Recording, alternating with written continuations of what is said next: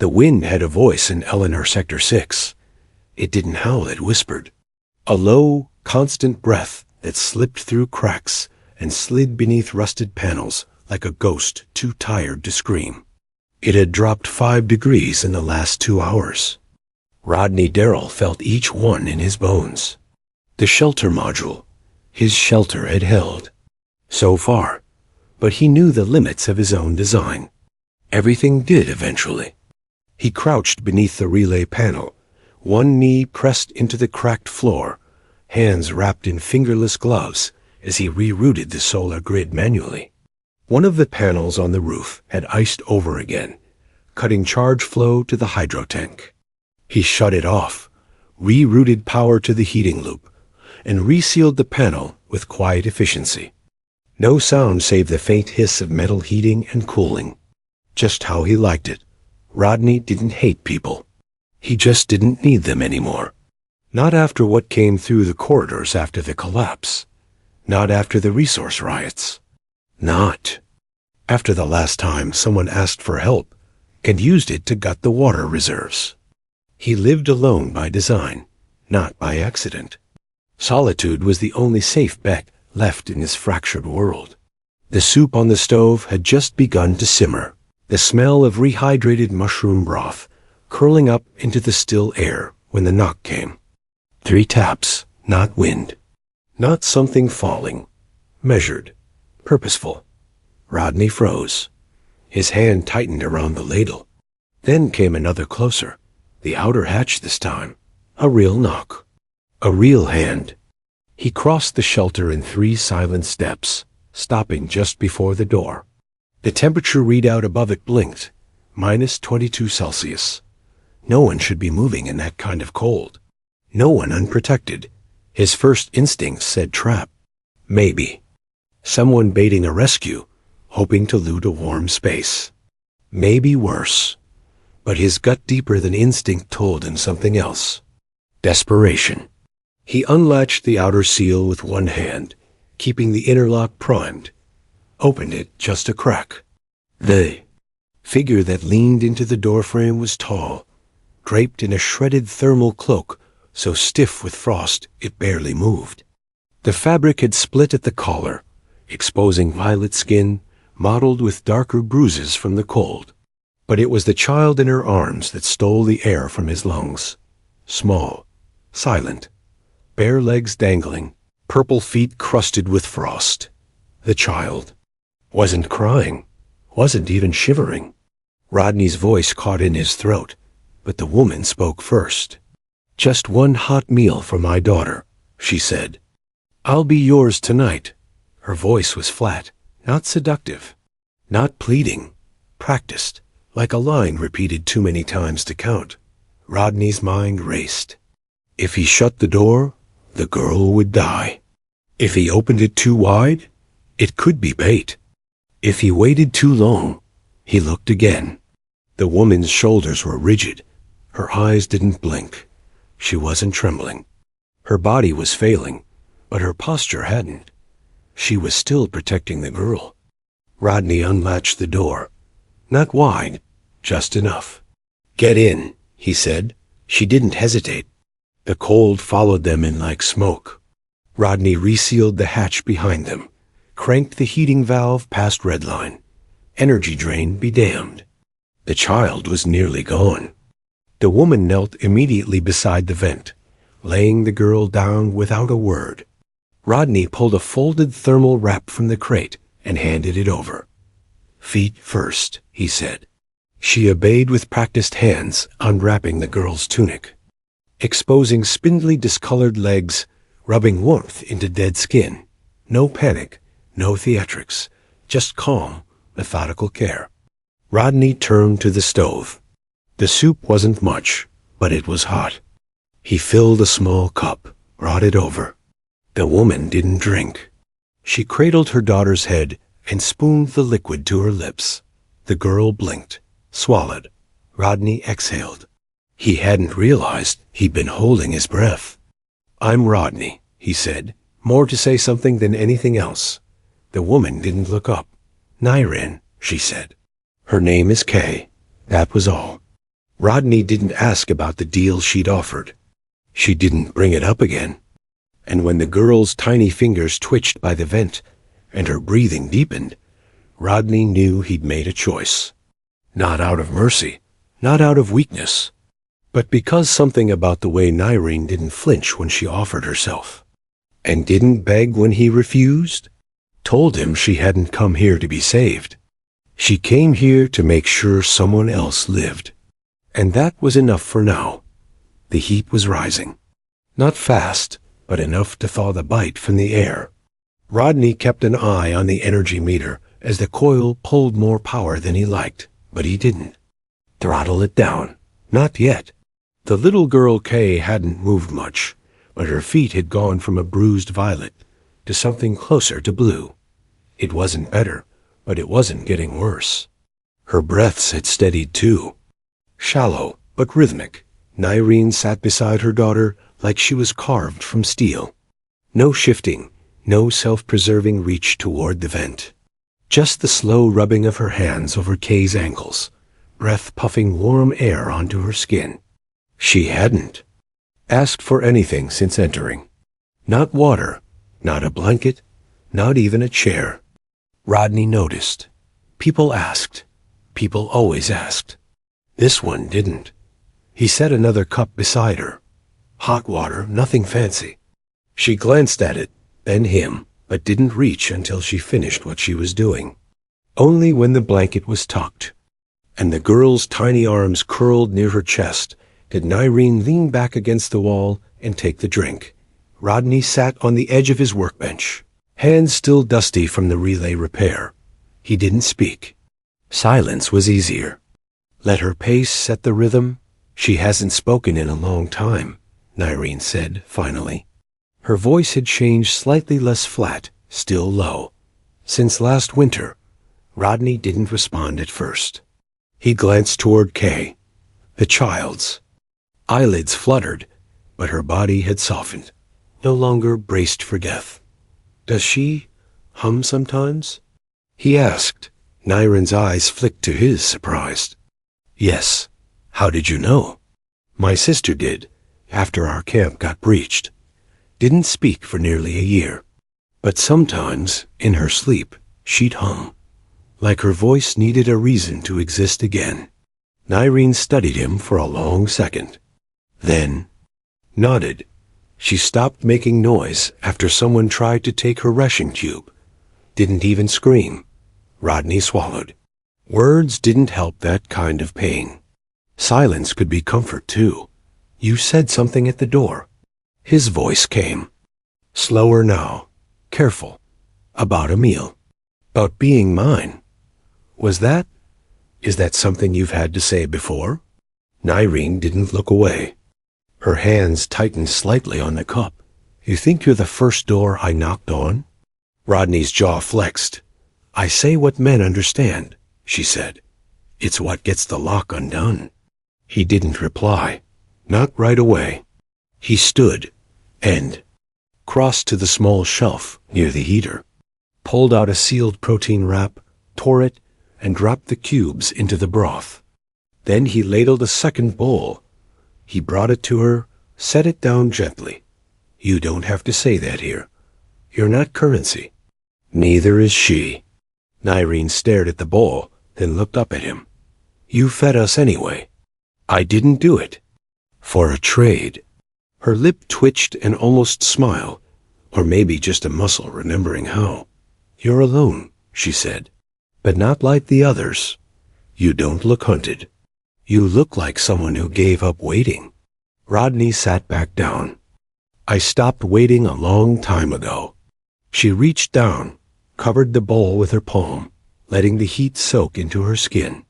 Then why did you open the door? Because her feet were purple. The words landed in the air between them, heavier than intended. Nyreen didn't flinch. She nodded once. That's why we stayed. Rodney exhaled, more tired now than before. The heater hummed behind them, fighting the wind's slow push. Kay had fallen asleep again, this time not from exhaustion, but from safety. She can take the cot, he said, Nyreen stood carefully, lifted the girl, and carried her across the room like she weighed nothing. She laid her down gently, pulled the thermal blanket around her shoulders, then paused. One hand stroked the child's hair. A stillness passed between them, something ancient, something primal. When she turned back, her eyes met Rodney's. "Said I'd be yours tonight." He held her gaze. "You don't have to do that." "I know," she said simply, "but I want to." You gave her warmth. You didn't ask. Rodney hesitated, unsure of what to say. She stepped closer, not seductive, not ashamed, just offering, like someone who had nothing else left to give, but still demanded the right to choose. He didn't step forward. Instead, he poured 2 cups of tea and handed her one. She accepted. "You can do something," he said, "by sitting with me. Drinking this." Nyreen paused, then sat beside him on the floor. Her knees cracked softly from the cold. They sipped. No more words.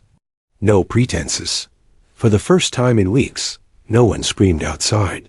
No sirens blared. No knocks demanded anything. More dot, there was just heat, dot, and silence. And 3 people alive in a room that had never known more than one. Asterisk, the night passed like a held breath. Rodney lay on his cot, layered under the thickest thermal blanket he owned, eyes open, staring at the ceiling. The shelter was quiet, too quiet. Not just in the absence of noise, but in the absence of pressure. The usual tension of solitude, of being hyper-aware of every power fluctuation or coolant hiss, had been replaced by something else. Something warmer, heavier. The kind of stillness that came with shared space. Asterisk. Across the room, Nyreen sat propped against the metal wall, legs curled beneath her, Kay asleep beside her. The girl had shifted in her sleep, rolling closer to her mother, small fingers curling against her ribs. She breathed softly now, the kind of breath only a child who no longer feared waking up can manage. Safe, fragile, and real. Rodney turned his head slightly, watching them through the low orange glow of the heating unit. Nyreen hadn't moved in hours only. Her blinking eyes marked her wakefulness. She didn't seem restless, just vigilant.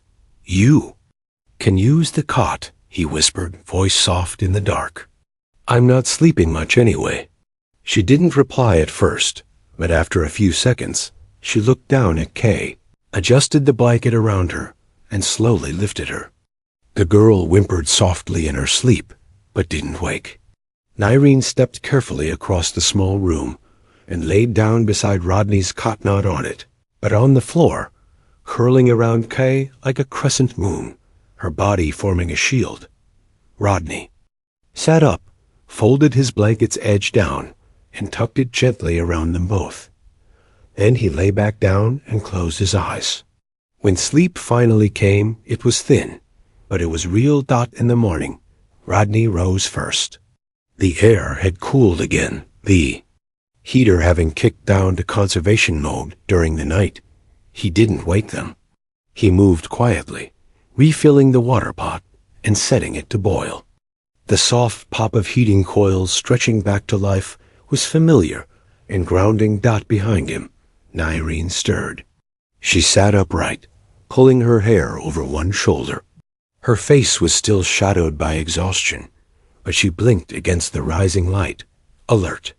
She didn't stretch or yawn, just sat upright, scanning the room like someone trained to check for danger before thinking about comfort. Rodney handed her a cup of warm water. She took it without hesitation, her fingers brushing his briefly. "You," she said, her voice less brittle than last night. He nodded. "You two been out there long?" Nyreen hesitated, not evasive, just calculating the days. 3 weeks since we left the last settlement. Maybe more. The days blur. What happened? Water lines froze. Power relay was stripped out. Half the shelters collapsed. The others closed their doors. Rodney frowned. Closed them on you? They said we weren't assigned to that block. Sighed we didn't contribute. Sighed she wasn't efficient. She looked at Kay, still sleeping beside the heater. No one said it out loud, but we weren't worth feeding. Rodney stared at the wall for a long moment. Something burned low in his chest. Not anger too controlled for that. Something quieter. Sadder. You were part of a mining crew? Subsurface survey, line 7. I used to lead it. Kay born before the collapse? Yes, I kept working. As long as I could. After the systems failed, credits didn't mean anything. But they didn't want to feed someone with a child. Rodney didn't speak. He didn't have to. The silence said enough. You can stay, he said finally. Nyreen froze, just for a second.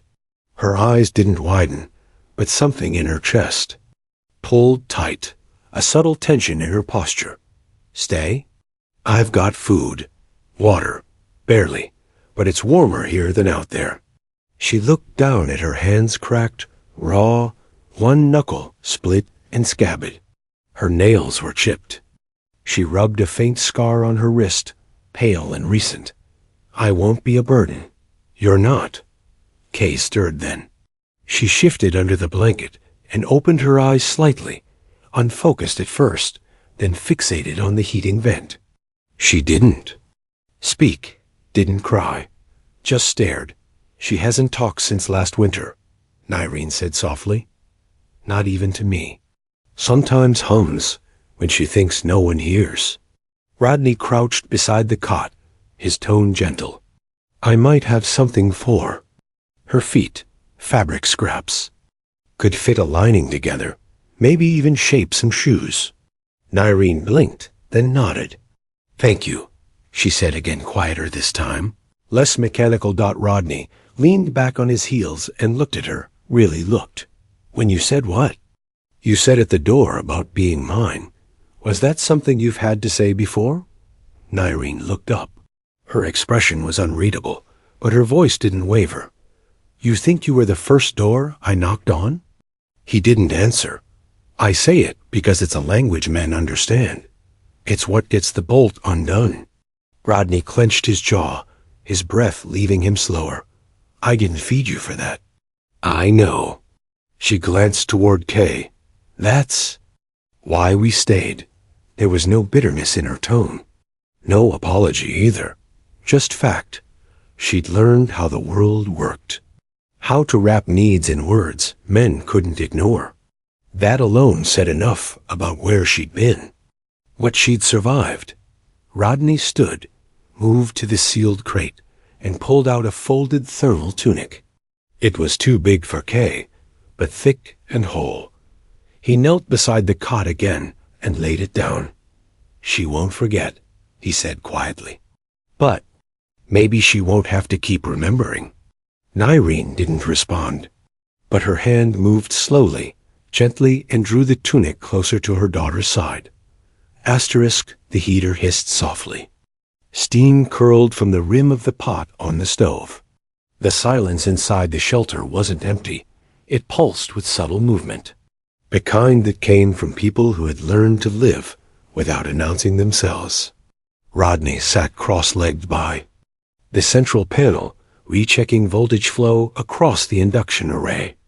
The solar cells had been cooperative today, but the light outside was dim, filtered through a constant sheet of gray dot behind him. Kay sat near the heater vent. Her legs were wrapped in thick cloth, her shoulders swallowed in the oversized tunic Rodney had given her. She wasn't drawing, not yet. She just watched him with wide, calculating eyes. Every wire he moved, every button he pressed, every glance he spared toward the temperature monitor, she noted them in silence. Across the room, Nyreen cleaned the empty bowls with a frayed towel and a half cup of warm water. She didn't ask where things belonged anymore. She didn't wait to be told. She just moved, efficiently, quietly, like this space was starting to feel familiar. Maybe not safe, but less foreign. Rodney glanced toward her and found her already looking at him. Her eyes didn't soften, but they held something different now. Trust not given, but earned day by day. The knock came just before dusk. 2 sharp taps. Not rushed, not panicked, just precise. The kind a trained person would use when delivering something they knew might not be. Welcome. Rodney froze.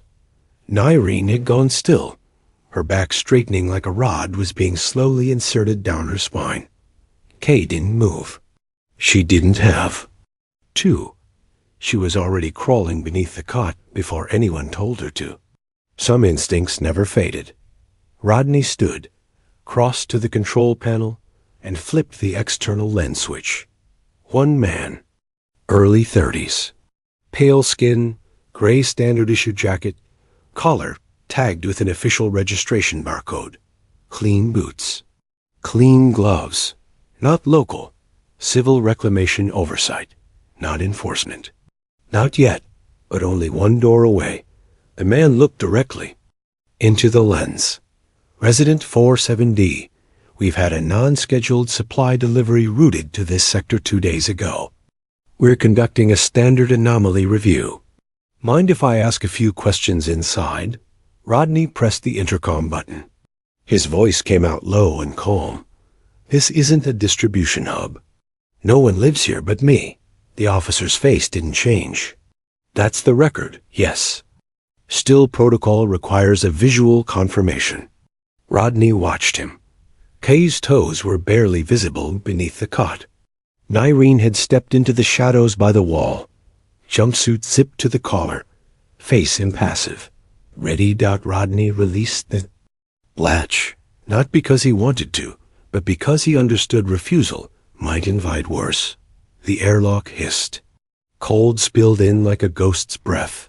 The man stepped forward, scanning the interior with quiet professionalism.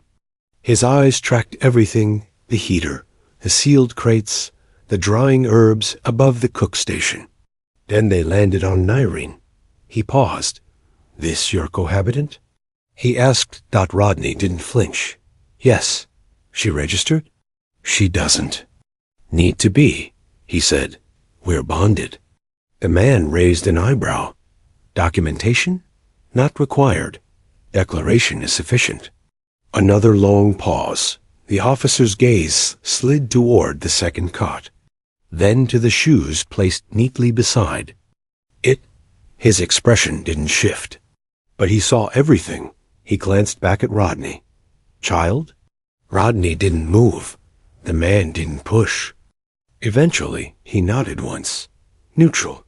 Not friendly. Not hostile. We'll mark this as a verbal dispute.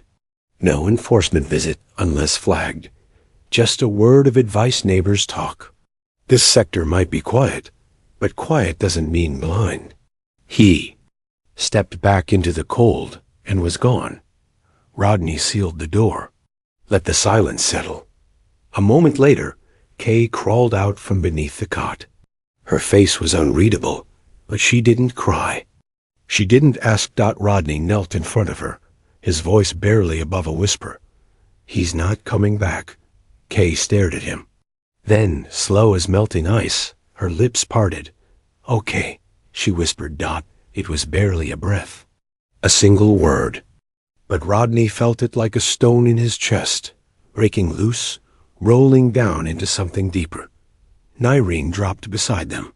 One hand on Kay's back, one on Rodney's shoulder.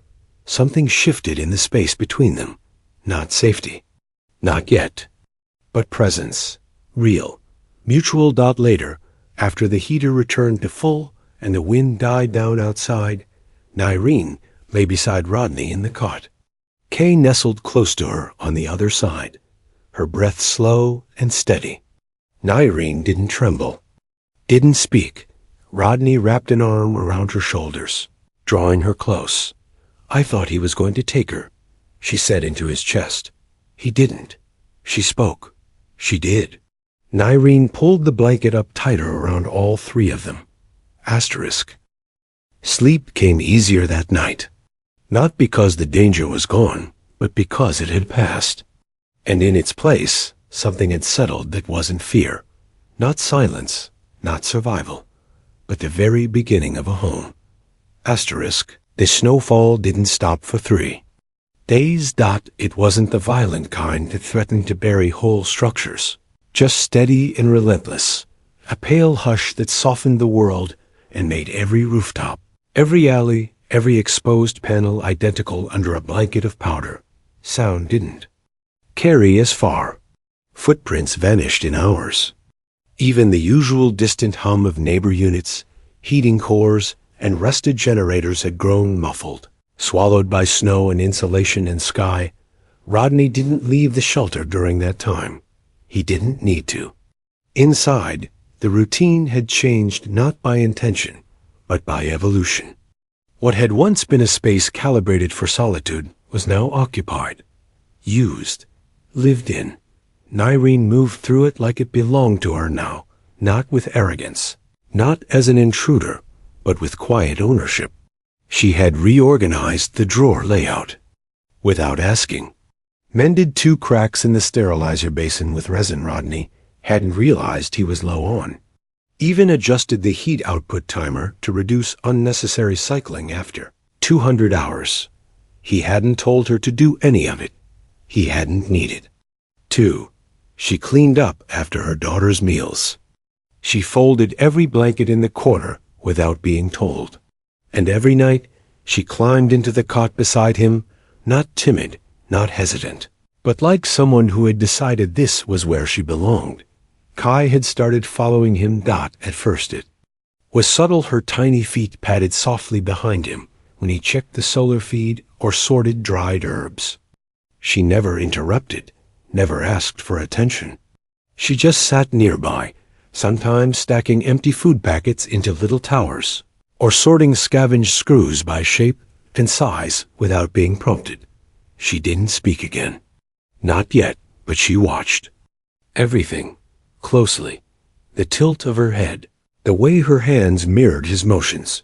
It was like she was learning the language of safety through repetition. Not words. Rodney didn't ask why. He let her. And when she fell asleep in the cot between them, her head on Nyreen's stomach, her feet wrapped in salvaged insulation scraps, he only adjusted the blanket and said nothing. On the 4th morning, the snow stopped. Sunlight broke. Through the flat gray clouds, thin, pale shafts that slipped through the window slats and caught the steam rising from the cookpot. It illuminated the small motes of dust in the air, made the corner shadows seem gentler. Warm, even. Rodney stood by the stove, stirring the broth. Behind him, Nyreen stepped up, arms sliding around his waist, her face pressing between his shoulder blades. She didn't speak. She didn't need to. He leaned back slightly, hands resting over hers. They stood like that for a long time, surrounded by the scent of simmering broth and faint condensation pooling on the floor tiles. Across the room, Kay sat cross-legged near the heater again.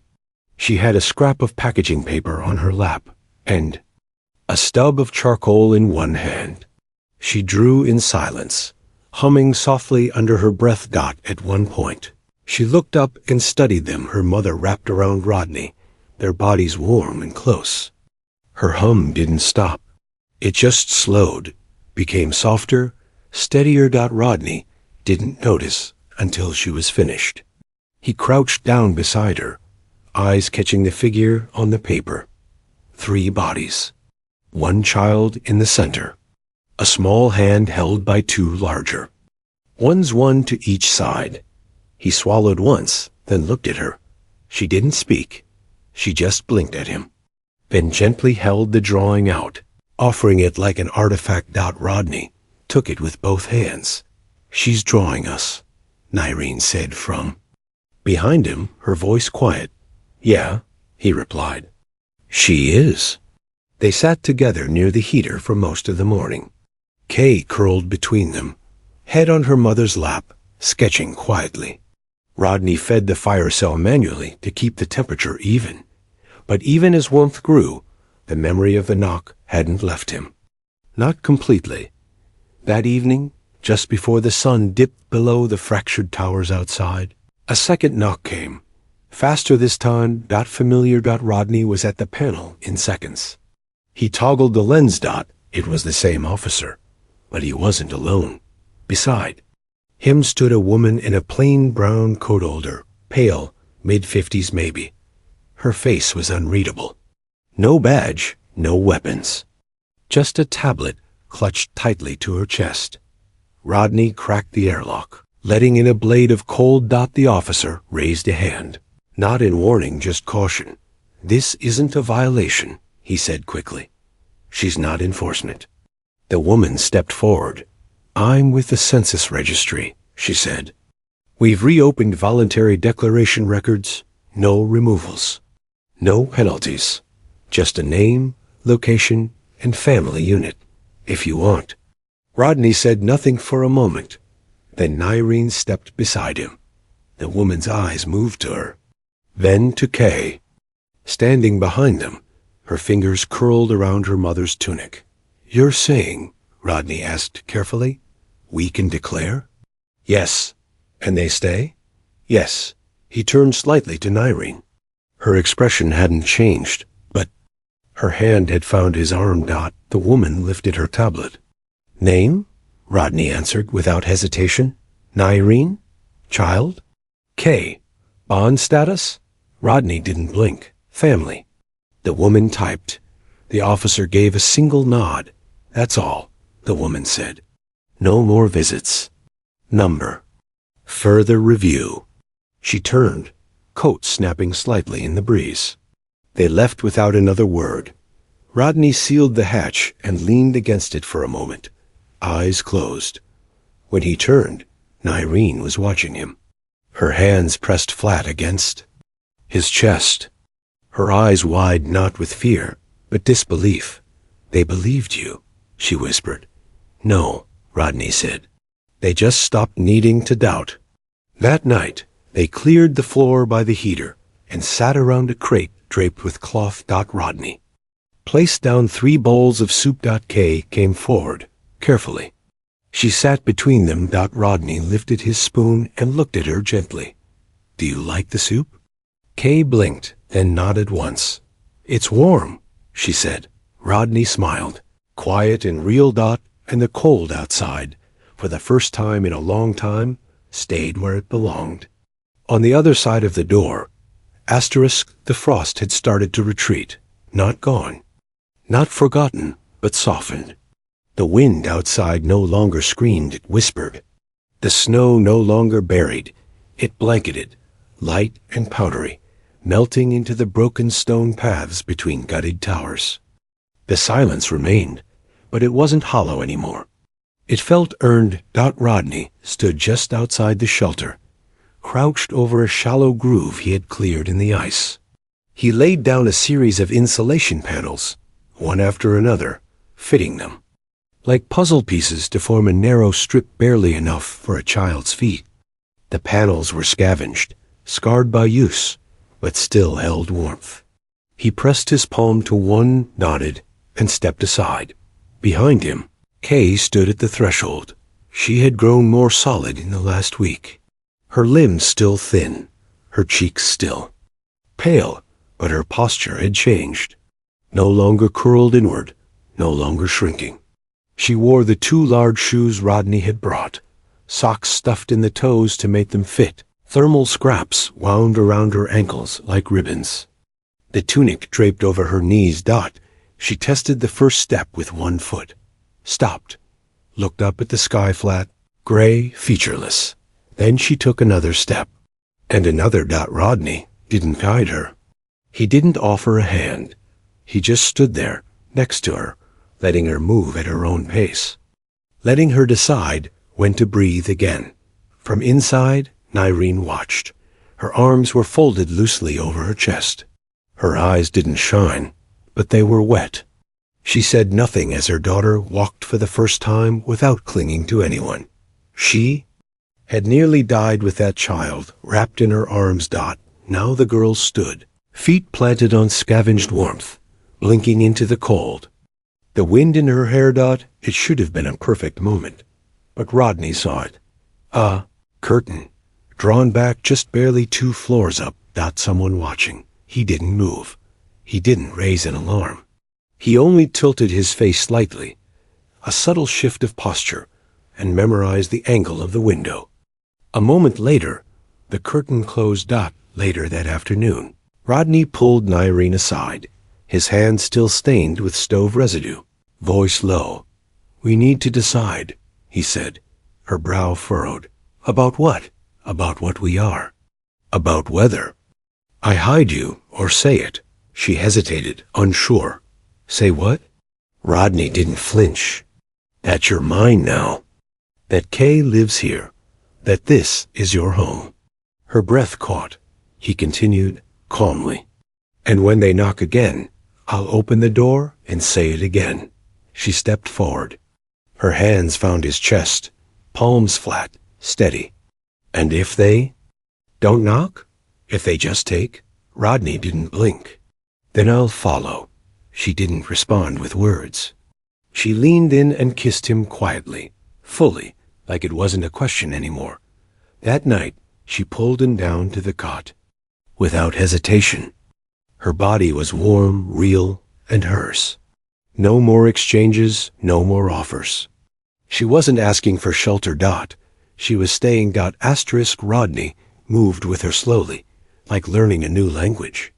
Her hands found his, her legs wrapped around him. Their bodies met, no longer separated by cold or caution. There were no rushed breaths, no need to finish quickly. Just heat, shared breath, and a rhythm that felt inevitable. She gasped his name softly, once. When his lips traced her collarbone, he murmured hers into the hollow of her throat. And when they came together, it was not desperate. It was complete. After, they lay tangled in the warmth of layered blankets. Her head on his chest, her hand curled over his ribs. Outside, the snow drifted soundlessly, touching the shelter, but never breaching it. The morning brought a sound Rodney hadn't expected. Asterisk. Laughter. Kay's, small, breathy, like a gasp wrapped in joy. She sat at the heater, her knees drawn up, watching 2 motes of dust swirl in the morning light. She reached for them like they were birds. Rodney sat on the edge of the cot and watched her, stunned. Nyreen stood behind her daughter, braiding her hair slowly. Her fingers had steadied. Her bruises had faded. She looked whole. That evening, another knock came, but it wasn't hard. It wasn't cold. It was a man Rodney recognized, a neighbor 3 doors down, quiet, kept to himself, the one who had seen the footprints. Rodney opened the door just enough. The man didn't speak at first, just held out a package wrapped in cloth, tied with cord. "Extra food cash. My kid's gone. Grew up. Thought maybe..." Rodney took it, surprised. "Thank you." The man nodded, then glanced inside. He saw Kay sitting on a crate, charcoal in hand. He saw Nyreen brushing the girl's hair with a comb Rodney had carved from scrap. He met Rodney's eyes, then said simply, "I saw. But I didn't say." Rodney nodded once. "That's enough." The man left. No fanfare, no warning. Rodney closed the hatch and leaned against it for a moment. Nyreen joined him seconds later. She didn't ask what was said. She didn't need to. He looked at her. "Someone gave us a gift," he said. She smiled faintly. "Then maybe they'll stop seeing us as a threat." "No," he said. "Maybe they're starting to see us as a family." She looked at him, kissed him. Later, after Kay had fallen asleep with her new drawing clutched to her chest, Nyreen whispered something against Rodney's shoulder as they lay beneath the blanket. "I'm late," she said softly, "by nearly a cycle." Rodney blinked, then looked at her. She didn't smile. Not yet. She only placed his hand gently on her stomach. He didn't speak. He just held her there, his palm against her warmth, and closed his eyes. Outside, the wind had finally gone still, And inside, the silence was no longer survival. It was life, the end.